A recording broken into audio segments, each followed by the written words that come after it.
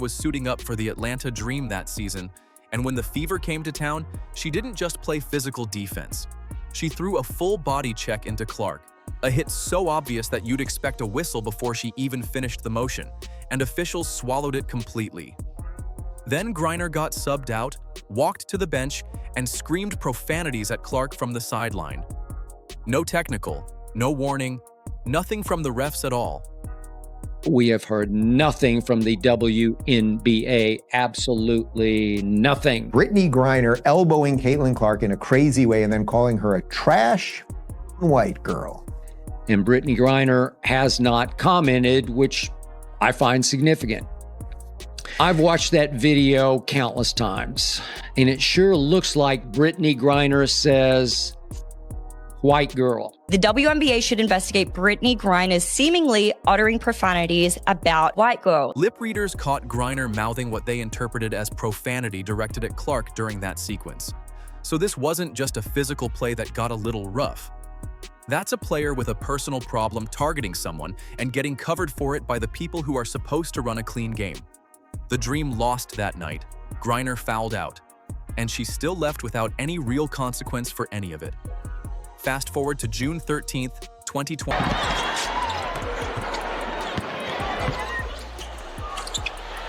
Clark launches and answers with a three. This is the kind of pace Indiana likes. You can't go under, and Lexi gets a lot of hustle points for what she does. Clark, step back three. That one will go, and she's knocked down a pair. With a hand in her face.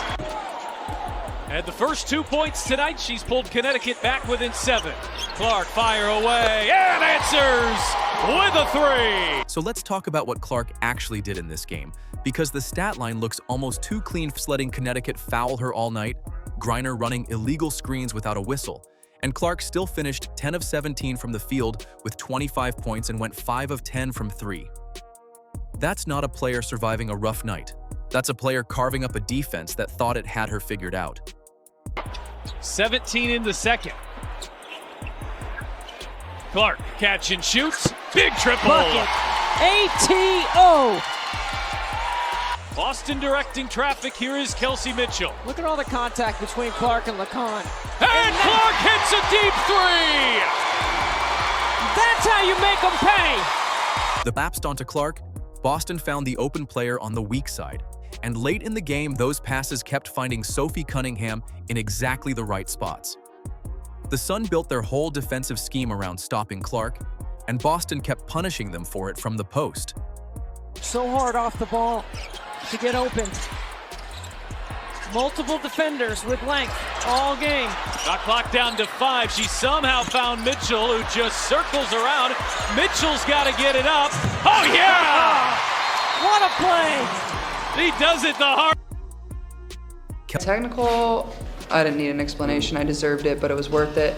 The delay of game made no sense. It felt like Tyler wanted to assert himself into the game, and that was ridiculous. So that just not a point in the game he needed to call that. I went and got the ball, went off my foot off the scores table, and then he gave us a delay of game, which is a team technical foul. So you can ask Tyler. I don't agree with that. Clark called it out directly in the post-game press conference. She said the call made no sense, and that the official seemed like he wanted to insert himself into the game, which is about as direct as a player can get when talking about an official without crossing a line. She also admitted she deserved it, but it was worth it. And that tells you everything about where her head was at that point. Clark went 50% from 3, never touched the free throw line, and still outscored almost everyone on the floor. Connecticut threw a physical, foul-heavy scheme at her, and a referee who wanted to be part of the story, and she dropped 25 points on them without needing any of the calls to go her way. Now let's talk about Sophie Cunningham, because the official story and the actual story might not be the same thing, and the gap between them is worth spending some time on. Clark gets it to Boston. Cunningham. Clark has Griner on her, which means Boston for the kick out. Another season, players get banged up, and nobody bats an eye at a sore elbow. Except the game she missed happened to be the one directly after the Washington Mystics buzzer beater, where Cunningham went completely off script from what Stephanie White drew up in the huddle, deviated from the designed play, and Clark had to improvise on the fly to hit the game winner anyway. Cunningham wasn't in the lineup the very next game. The Fever never confirmed a suspension, never said anything beyond the elbow, but that sequence fed a full week of social media speculation about whether White had quietly benched her to send a message about running your own plays when the coach drew something up specifically. Maybe the elbow was real. Maybe Cunningham genuinely needed a game off to recover and the timing was just unfortunate. But she came back for Connecticut looking nothing like a player easing back from an injury. She wasn't testing the elbow on a couple of low-stakes shots in garbage time. She was hunting. The Fever had been bleeding leads in the fourth quarter in recent games, and this Connecticut game started trending the same way. Indiana had built a comfortable cushion, and the Sun were chipping at it, using their physicality to grind the Fever's offense down and make the game tight enough that the pressure would start to show. Connecticut's whole plan was to make it uncomfortable late, and for a while it was working. Clark pitches it to Boston. They go back to Cunningham. This time, she takes it all the way. 30 seconds to go. This Fever team showing poise down the stretch. On fire! Lots of hugs and celebrations afterwards. How does that feel? That feels good. You know, for me, I know I can do that. I know I can be that for our team. You know, I'm feeling good. I think Lex had great minutes, and I think that we just have to be that spark. Us others outside of the big three, we got to bring it every single game. And so I'm just proud of our group. I think we finished it. It was kind of getting wonky how it always does with us, but I think you're continuing to see the growth. We noticed a little bit of improvement in fouling. That's been a struggle for this team. How do you feel like you guys handled that tonight? You know, it goes in waves. I think that's something where we got to get better. But you know what? They foul more than we do, and so we felt a little confident coming into this game, but we just got to be better. We can't put ourselves in a spot where we're relying on the refs to help us out, because that's never going to happen. And so we just have to take care of what we can and control the controllables. It's not a role player surviving.